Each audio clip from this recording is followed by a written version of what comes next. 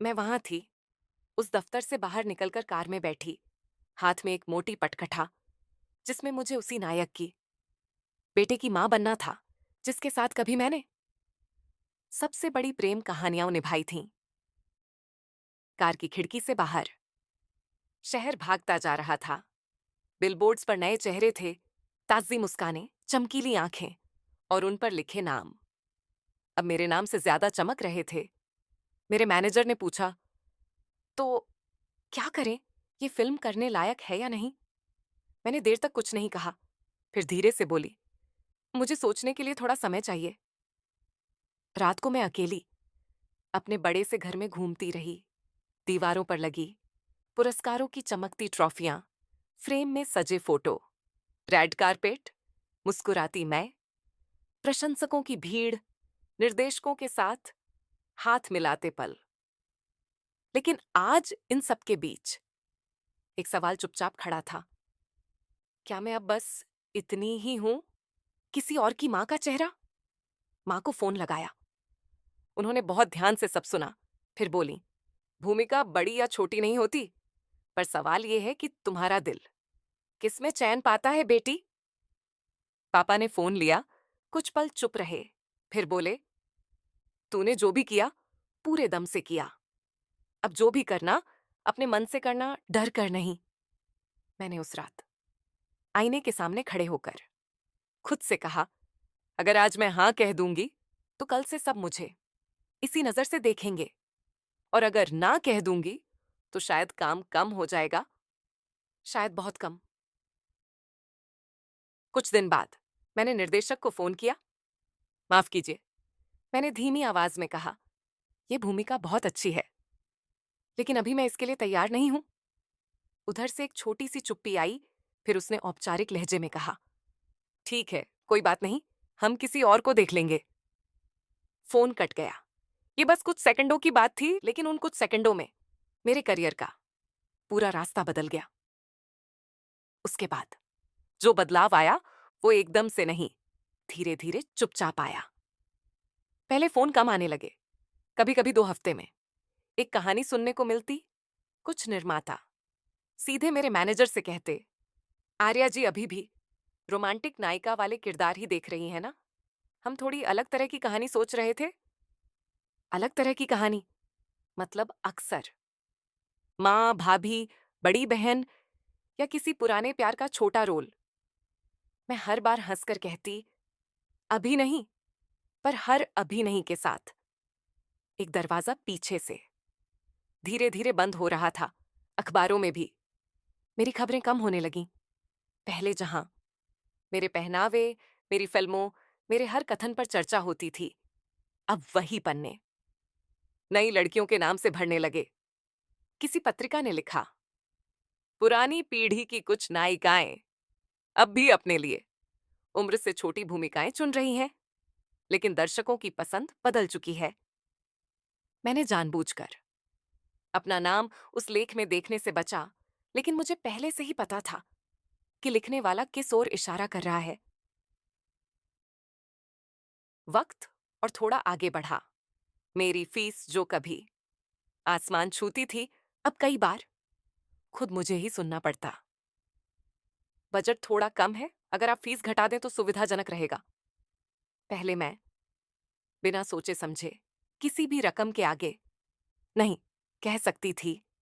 अब अचानक ये नहीं मेरे गले में अटक जाता। इसी बीच मेरे आसपास के लोग भी बदलने लगे, जो सहायक रोज मेरी हर जरूरत पर दौड़ते थे। वो नए कलाकारों की टीम में ज्यादा व्यस्त दिखने लगे। मेरे मैनेजर की डायरी में अब मेरे नाम से ज्यादा दूसरे चेहरों की मीटिंग्स लिखी होती। मैंने एक दिन उससे पूछा, बहुत व्यस्त हो आजकल? वो मुस्कुराकर बोला, इंडस्ट्री बदल रही है ना, नए लोग आ रहे हैं, उनके लिए भी समय देना पड़ता है। मैंने मुस्कुराकर सिर हिलाया, लेकिन भीतर कहीं एक खालीपन फैल गया। घर में भी शोर कम होने लगा था। कभी यहाँ स्टाइलिस्ट, कॉस्ट्यूम वाले, मेकअप कलाकार, पत्रकार सब आते जाते रहते थे। अब पूरा दिन घर के कमरे थोड़े ज्यादा चुप रहते, टीवी पर चैनल बदलती तो या तो कोई नई रियलिटी शो या कोई नई वेब सीरीज या किसी नवोदित कलाकार का विशेष कार्यक्रम दिखता। कभी कभी मेरी पुरानी फिल्म भी आती तो मैं रुककर खुद को देखती। वो चमकती आंखें, वो हल्का सा घमंड, वो बेफिक्री, सब कुछ इतना ताजा लगता, जैसे किसी और की जिंदगी देख रही हूं। एक दिन माँ का फोन आया, तेरी पुरानी फिल्म देख रहे थे। पापा बोले, ये हमारी बेटी है, तब तो कितनी पतली थी। मैंने कहा, अब भी उतनी ही खूबसूरत है। मैंने हंसकर कहा, माँ, झूठ बोलना पाप होता है। लेकिन उस हंसी के पीछे थोड़ी थकान थी। पैसे की बात भी धीरे धीरे सामने आने लगी। शुरू के सालों में पैसा ऐसा बहा कि कभी सोचा ही नहीं कितना आ रहा है, कितना जा रहा है। बड़ा घर, कई गाड़ियां, विदेशी यात्राएं, महंगे कपड़े, महंगी पार्टियां, सब जिंदगी का हिस्सा बन गए थे। मेरे आसपास के लोग हर बात पर कहते, आपको तो सोचना ही नहीं है, बस जीना है। लेकिन जब काम कम होने लगा तो मैंने पहली बार अपने खातों की तरफ देखा। लेखा जोखा देखने वाले ने कागज मेरे सामने रखे और कहा, इतना तो सुरक्षित है, लेकिन अगर आमदनी इसी तरह घटती रही तो जीवन शैली थोड़ी बदलनी पड़ेगी। जीवन शैली बदलनी पड़ेगी। ये शब्द सुनकर मैं चुप रही। मुझे लगा जैसे किसी ने कहा हो, तुम्हें अब उसी ऊंचाई पर रहने की आदत छोड़नी होगी जहां तुम इतने सालों से खड़ी हो। उसी समय एक और चोट मिली। एक बड़ी फिल्म का पोस्टर आया जिसमें नायक वही पुराना सुपरस्टार था और उसके साथ एक नई नायिका। बिल्कुल वही कहानी जिसमें मुझे कभी उसके बेटे की मां बनने का प्रस्ताव दिया गया था। इतना ही नहीं, उस नायिका के साथ टीए इंटरव्यू में उससे पूछा गया, अगर आपको मौका मिले तो पुरानी पीढ़ी की किस अभिनेत्री के साथ काम करना चाहेंगी? वो मुस्कुराकर बोली, आर्या मल्होत्रा के साथ, लेकिन शायद अब वो ऐसी भूमिकाएं न करना चाहें। मैंने स्क्रीन बंद कर दी। मुझे पहली बार लगा कि मेरे नाम का इस्तेमाल अब एक उदाहरण की तरह हो रहा है। देखो, वो दीवार पर टंगी तस्वीर है जिसे हम याद तो करते हैं, पर अब उसी जगह नया कैलेंडर लगा दिया है। धीरे धीरे मैं घर में ज्यादा समय बिताने लगी। सुबह उठकर चाय बनाना, खिड़की से बाहर पेड़ों को देखना, कभी किताब खोलना, कभी बंद करना, कभी पुरानी स्क्रिप्ट्स पलटना। फोन अगर बजता तो या तो बैंक का संदेश होता या कोई प्रचार कार्यक्रम जहां मुझे विशेष अतिथि के रूप में बुलाया जाता। एक बार किसी पुरस्कार समारोह में मुझे आजीवन उपलब्धि सम्मान देने की बात हुई। मैंने सुना, थोड़ा मुस्कुराई, फिर सोचा, ये शब्द आजीवन जितना खूबसूरत है उतना ही खतरनाक भी। इसका मतलब होता है, अब तुम्हारा काम लगभग तय हो चुका, अब तुम इतिहास हो, वर्तमान नहीं। मैं समारोह में गई, स्टेज पर चढ़ी, पुरस्कार लिया। लोगों ने खड़े होकर ताली बजाई।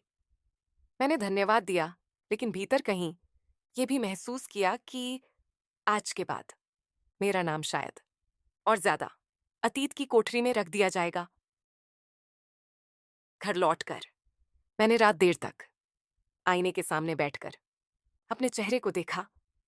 अचानक मुझे एहसास हुआ कि इतने साल मैंने इस चेहरे को दूसरों के लिए संवारने में बिताए, निर्देशकों, दर्शकों, आलोचकों के लिए। पर आज पहली बार मैंने सोचा, मैंने खुद के लिए कब जिया था, कब हंसी थी बिना कैमरा के, कब रोई थी बिना किसी दृश्य के।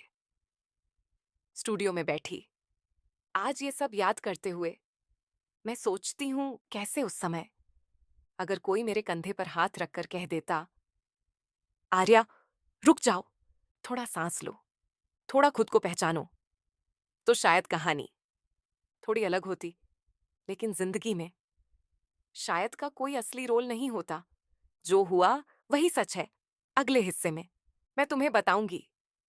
जब काम लगभग थम गया, फोन लगभग चुप हो गए, तो मैंने खुद को कैसे संभालने की कोशिश की और कैसे कुछ गलत फैसले मेरी गिरावट को और तेज कर गए।